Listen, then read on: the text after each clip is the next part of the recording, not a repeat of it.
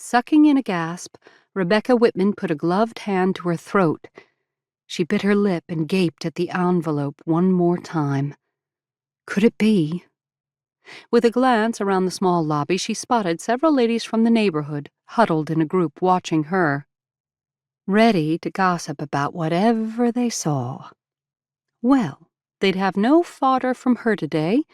She tucked the letter in her reticule and pretended that nothing of consequence had arrived. With steady steps, she headed for the door as if this were any other day. Keeping that attitude proved harder the farther she walked. The missive she hid seemed to scream for her attention. But those eyes were still on her. She could practically feel them on her back.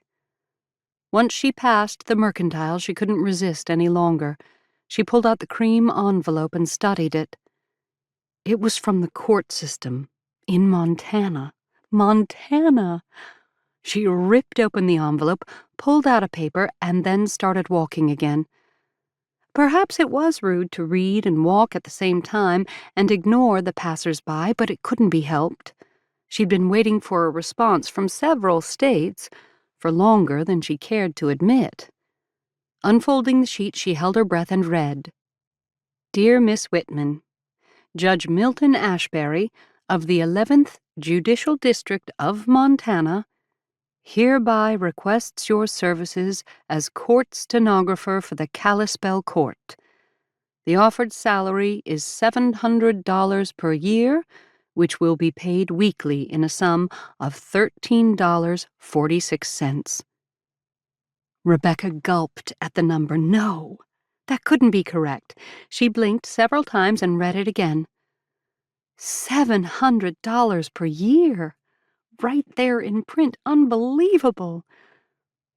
Judge Ashbury requests your arrival by the 1st of February.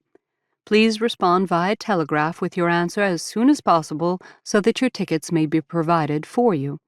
Sincerely, Samuel Marvin Tuttle, Secretary to the 11th Judicial District Court, Montana." Her first job offer outside of Chicago, and for quite a sum.